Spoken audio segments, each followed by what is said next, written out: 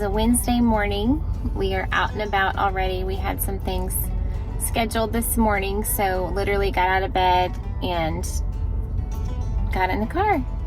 I'm wearing a Whitney Houston sweatshirt from Sam's Club. Actually, I had a friend, a viewer, messaged me on Instagram and with a picture and said, hey, I thought of Evan, here are these sweatshirts. And it was on a weekend. I literally sent Brian to go and get it. So it's actually super soft. So I just threw this on. We're here. I have been filming off and on for a solid week.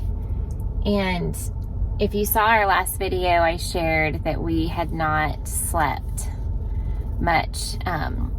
Our youngest, Evan, has some pretty significant sleep struggles that we see a doctor for, and we're just in a bad stretch with sleep. And so without sleep, y'all, it just makes it really, really hard to do things.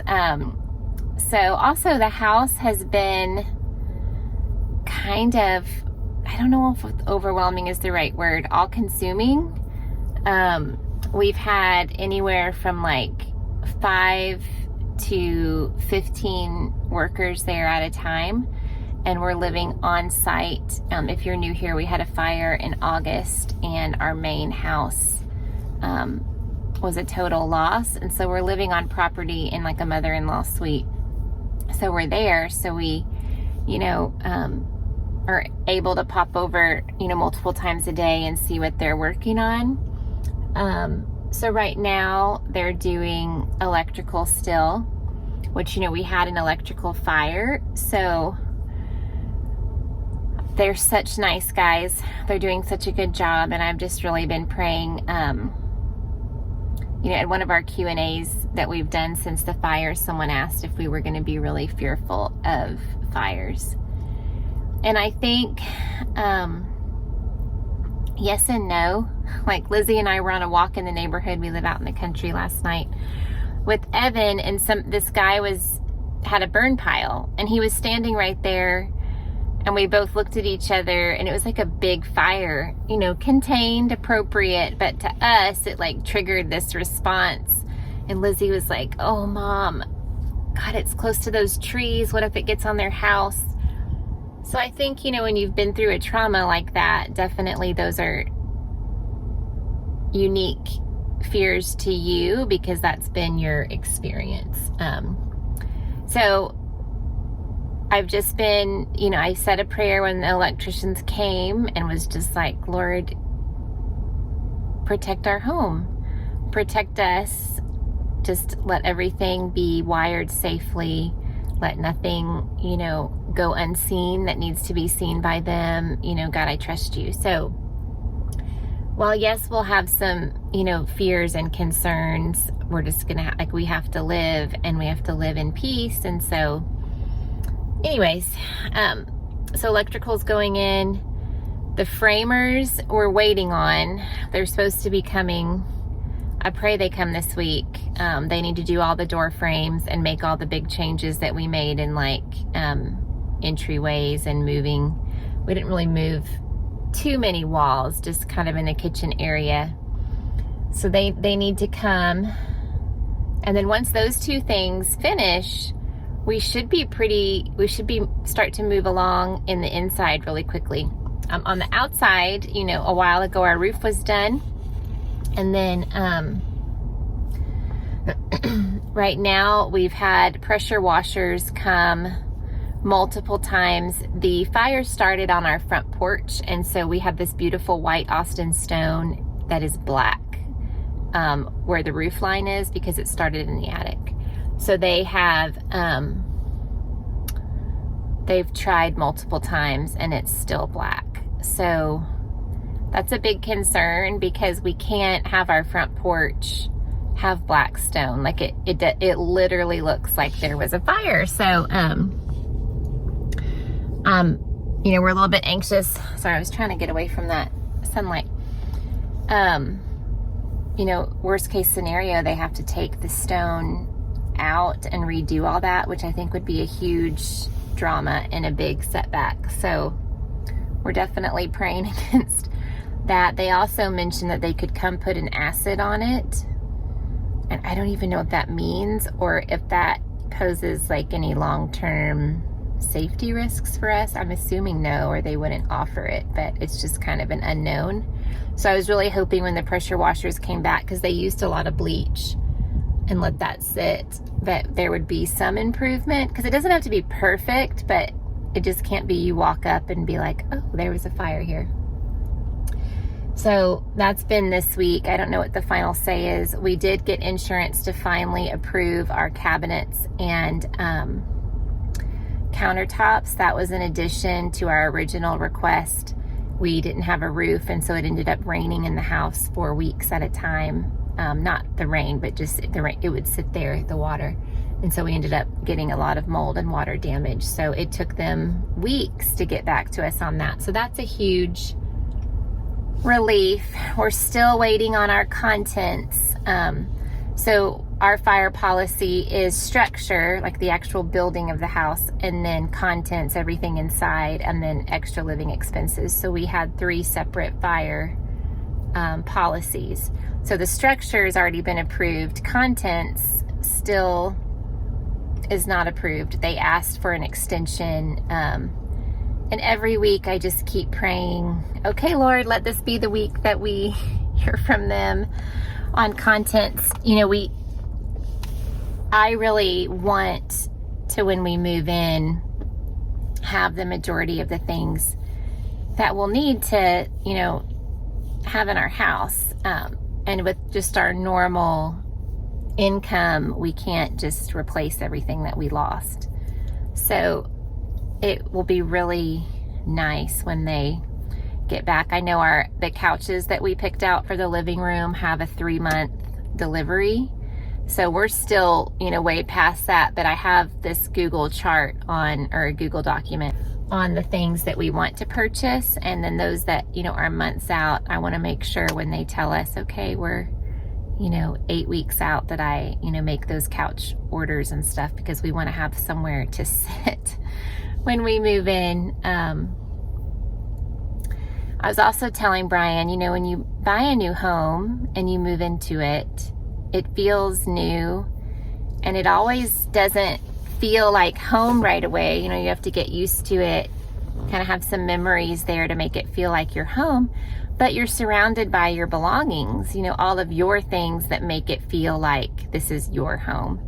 So I was telling Brian, what is this going to feel like to move into this new house? Because it will look totally different than the home that the fire was in, and then looking around and none of the belongings are ours either. Like, is that just going to feel strange? Yes, it will. So, you know, I've gotten comments on videos since the fire that's like, you should just be thankful that all of y'all are alive. Okay, friends, I am, of course, beyond thankful that we are alive and that no one was hurt. I mean, praise God. God was so faithful that night of the fire, that it happened when it did, that we were all awake, that we all got out. Of course. I mean, of course.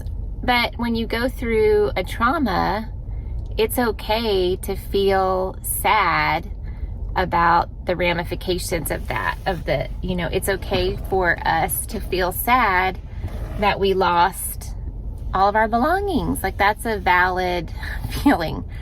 So when I've been kind of hesitant to say parts of the fire that have been hard, because I don't ever want somebody to think that I'm not grateful. You know, I've got a comment, well, you should be thankful that you have a place to stay on your property. Yeah, I am. I'm so thankful. And those are evidences of God's faithfulness to us and his goodness in the midst of this. But, you know, it's okay for us to be sad about it too.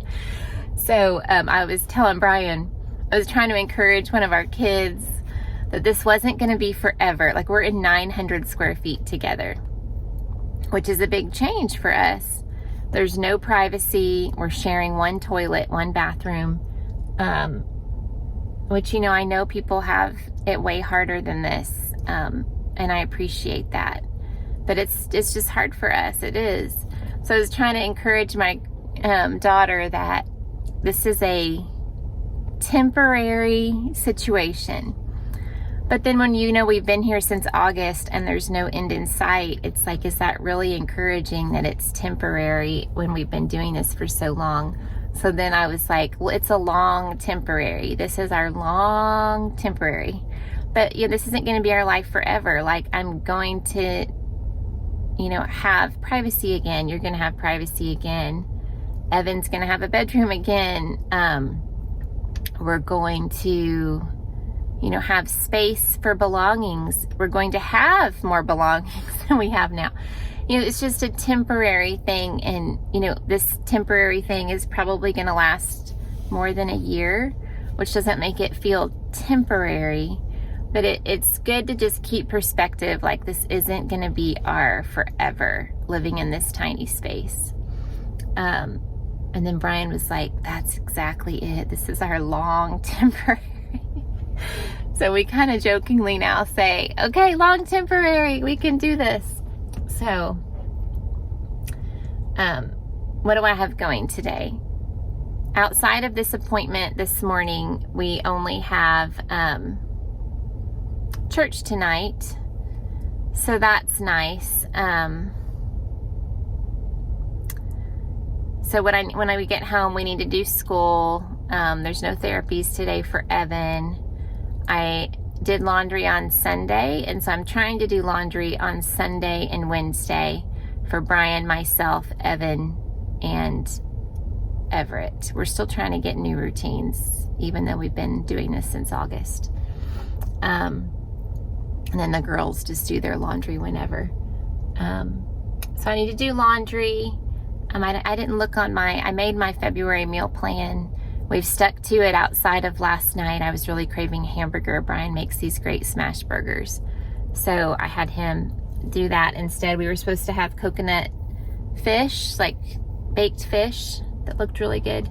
So I don't know if we'll do that tonight. With church, we need to eat kind of right at 5 because we've got to pick my mom up. And Brian and I facilitate grief share at our church on Wednesday nights. The kids go to youth, and Evan goes to like kids ministry, and then my mom rides with us because she lives down the street and she goes to Bible study. So it's a good night to all be together. We just get home really late, so it's nice that we have a day at home. So I don't know what's on the menu today. Everybody will be hungry when I get home, so I'll need to make some breakfast. I need to take a shower and get out of my Whitney Houston sweatshirt. Good. Okay, can you start at the top here? Where do we start our letters? We start them at the top. Is this the top? No, start at the top. Good job, Evan. Can you start at the top? Good. Can you do this one? Okay, so we've been home for a while, and I'm trying to find the best lighting, which I don't think is going to happen out here, but we've been home for a while. I got cleaned up since we have our meeting tonight at church, and I got the kitchen clean, bedroom clean, laundry started, and bathroom cleaned up. So I came out here into our barn garage, and I haven't shared this fun thing with you, but my sister Tanya, who lives up in North Texas, has a friend. Her name is Carol, and she was downsizing or moving and had heard about our situation with the fire and gave us a ton of beautiful antiques from her home. And I picked up these after I went to a baby shower celebrating my 2 nieces-in-law. Tanya's daughter-in-laws are having Toto's, we call her Toto, her first grandbabies in the coming days. So it was such a fun celebration. All the girls got together to celebrate these new lives. It was really fun. And then on the way home, we picked up all this stuff. My sister Jennifer had to drive her own car anyways, and so her car was also filled up. So I haven't actually organized this or even really looked through it. So I'm gonna do that a little bit here and there as I have time. but I wanted to show you some of it. It's really fun. Okay, so some of this stuff, I don't even know exactly what it is. This obviously is like a little pot, a little kettle, and then look at these cute little, I mean, almost looks like it's perfect to pour espresso in. Not that I drink that, but these are so cute. These will be cute sitting out. And then I have no idea what this is. Maybe a potato masher. This is obviously an antique vintage. If you know what this is, tell me below in the comments. And then this will be really fun up on a shelf. We're looking for a really nice china hutch or a pie rack or something like that. So this will be really cute. This is a very old, obviously, cheese grater. And then look how fun this is. This is like a bread, when you're making bread and you need to cut it in half. I don't know these terms, but I know Brian uses one whenever he's making sourdough. And then it has, look here, it has her nanny, can't read that, nanny. So this is obviously like her grandmother's. So really, really special stuff. Okay, here is an example of a beautiful treasure. So this is something that Tanya said she used. It's very old. It says it's Cornwall brand. It's a warming tray that you plug in, and she said it still works. So that's fun. It definitely would fit like a 9x13. But y'all, look at this gorgeous silver tray, and look at these little flowers on here. I mean, that is so lovely. And then lots of fun baskets, that kind of stuff will definitely come in handy when we're decorating. Here there is a spinning wheel. The other piece of it we put in our garage. And then I got multiple of these large, this is a memory foam pad from somewhere else, but multiple of these extra large frames that are just backless. So I guess if you did a gallery wall, I don't know, do y'all have ideas with that? So pretty. There's also this mantle clock that is like a walnut wood. I don't know if it works, but it's so pretty. We'll definitely use that. These fun little antique outdoor iron chairs. The fabric has this cute little teacups on it. I don't actually know if I would even change the fabrics yet. This one definitely looks like it needs to be recovered, so maybe I'll look for something fun like that, but I wouldn't paint these or anything. I think that just the natural wear looks really, really cute. So I mentioned tonight we're gonna put in a easy dinner. So we've never tried this before. It's a slow cooker sweet and sour meatball from Six Sisters Stuff. So it says 2 pounds. No, yeah, 2 pounds of meatballs. I don't know. I'm just gonna put in what I think will feed us. That should be plenty, right? Yeah, okay. That's a 6 pound bag, so we'll see. And then it said 10 ounces of sweet and sour sauce. This has 14. I'm just gonna add the whole thing because I don't know what I would do with 4 ounces of sweet and sour sauce. Saucy. And I don't want to waste it. It's a very toxic, like hot pink color.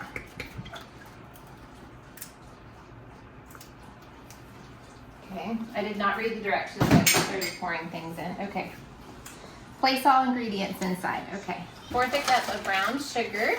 Here, this is a half, so I'm just going to do half of this because it'll be easier to get this in here. Okay, half. 1/4 cup of that. 1/4 cup of soy sauce. I'm using this liquid aminos because it is gluten-free. Soy sauce typically has gluten in it. Pineapple chunks. I don't know if I drain it. Drained. 20 ounces drained. Half a teaspoon of garlic.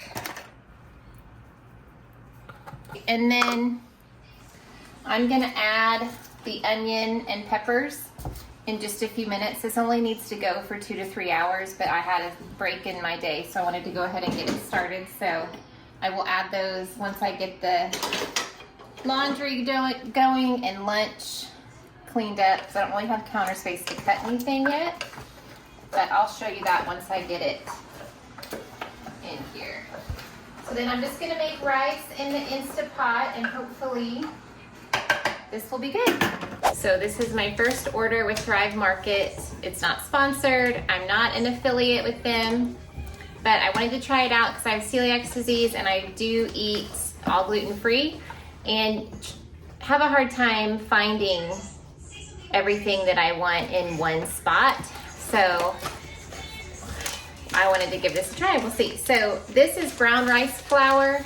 When I had a gluten-free sourdough starter, I used brown rice flour to feed it. And so I got 2 of these. I'm not exactly sure when I'm gonna start that again. We just got in the rhythm of Brian making sourdough for everybody else. Got some organic pure vanilla extract. I love these honey grams. I've had these before. I buy them at Walmart. I need to check the price. The Walmart package is a lot bigger than this, but every time I get it from Walmart, they're all smashed. So a lot of times gluten, from what I understand, is what binds things together. And so a lot of gluten-free products crumble easily. So if this is packaged better, maybe it would be worth it because I really like these. Okay, I'm gonna get all the cat comments about the cat being on the table. This is Juno. She's a sweet girl, but she is so curious about this box. Okay, crunchy almond flour chocolate chip cookies. This is the thing with gluten-free stuff. It literally feels like you get nothing inside. This is so light. But those look good. It's about snack time, so I'll try some of those. Some almond flour crackers. I've had really good luck with this King Arthur baking products. So I got the classic yellow cake mix. Now I did price check these at our local H-E-B and they were cheaper at Thrive Market, a brownie mix. I buy these non-gluten free at Sam's, the blueberry and raspberry for my kids, and so this will be nice for me. I do love these fig bars. This is a really big package. And muffin mix. So the good thing about their cookie mix and their muffin mix is none of the add-ons are in here. So you could make these blueberry, blackberry, chocolate chip. Same thing with their cookies. You can add any add-in to make it your own flavor. And then I've tried this rice ramen a few times and have not liked it, but I think what I had added to it did not make it good. So if you have a recipe for making, she's just trying to rub her face on this box, for making ramen, please comment below. I would love to try that. And then it has a little pamphlet here. The only thing that concerns me, I don't really totally understand Thrive Market. I didn't spend a ton of time on the website, but I believe it's an auto ship. So you decide how often you want to get it. So my experience in the past with auto ship things is I tend to just forget about it, and then like I would get this same box again if I didn't update it, maybe. I'm not sure if that's how it works, but I need to look into it some more. So everything bagels, seasoning. We used to, I love this on avocado toast, but we also used to make our own bagels. So she thinks that I'm like playing with her. As we get back into having the energy to do more things like that, it would be nice to have this around. Ooh, dark chocolate peanut butter cups.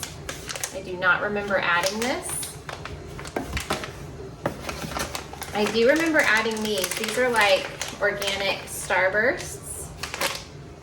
It is gluten-free. I saw these. It was kind of like how they get you at the end. So we will see. It literally feels like there's 10 or 15 in here.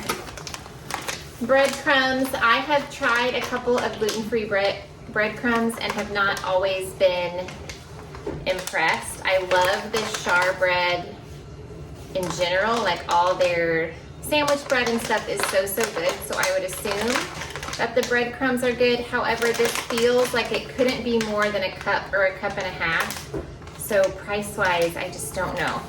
Usually when I'm doing something that requires breadcrumbs, I only make my portion gluten-free, so this might last me a little bit. Gonna try this Thrive Market organic gluten-free mac and cheese. I think this is like a little over $2 a box, so comparable to what I would pay somewhere else. And then this is the last, I don't remember. I did this late at night, what I ordered here. Everything is packaged really, really well. Organic tamari sauce. I think this was a soy sauce alternative, like I showed you earlier when I was making dinner. I used that liquid aminos, and so I think what I was thinking is I just wanted to try something else. So we'll give that a try once that liquid aminos is all gone. Look at you guys. Like you're got your own little home. Hey, Mr. Darcy.